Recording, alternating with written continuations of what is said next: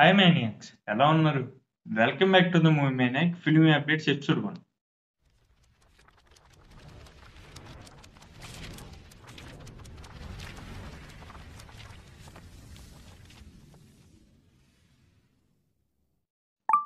COVID-19 వల్ల John Wick chapter 4 థియేటర్కి release చాలా డిలే అయింది.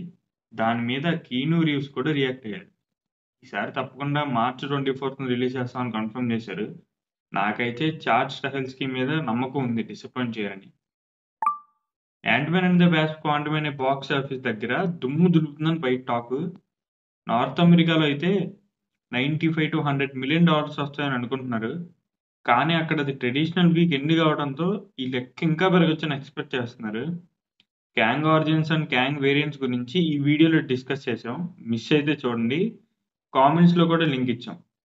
గ్లోబల్‌గా యూఎస్ఏ తర్వాత చైనాయే కీ మార్కెట్ కావడంతో చైనాలో $35 to $55 మిలియన్ వస్తాయని అంచనా వేస్తున్నారు.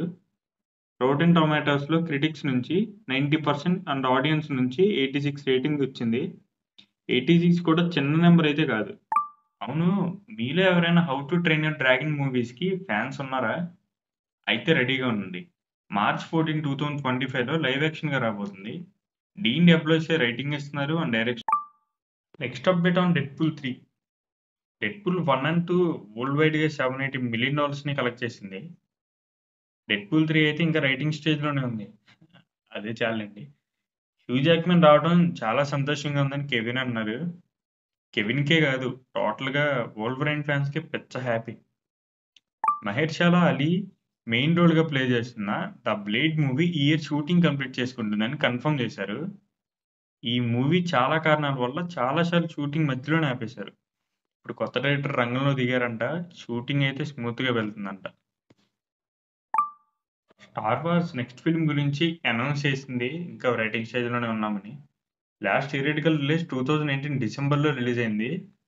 ఏప్రిల్ ఆర్ మేలో ప్రీ ప్రొడక్షన్ వర్క్స్ కంప్లీట్ చేసుకొని అప్డేట్ చేస్తామని కన్ఫర్మ్ చేశారు. Daman లిండ్లాఫ్, టైకా వైటిట్, Kevin ఫీచ్, rayon Johnson. Noah క్యారెక్టర్‌ని తీసుకురావడానికి ఎంసీయూ చాలా ట్రై చేసింది. కానీ అది అవ్వటం లేదు. ప్రెజెంట్ అయితే కుదరదు. నేను అనుకోవటం అయితే 2025-26లో నోవా క్యారెక్టర్‌ని ఇంట్రొడ్యూస్ చేస్తారు. ఫెంటాస్టిక్ 4 కాస్టింగ్ జరుగుతుంది. చాలా మంది పేర్లు వినిపిస్తున్నాయి.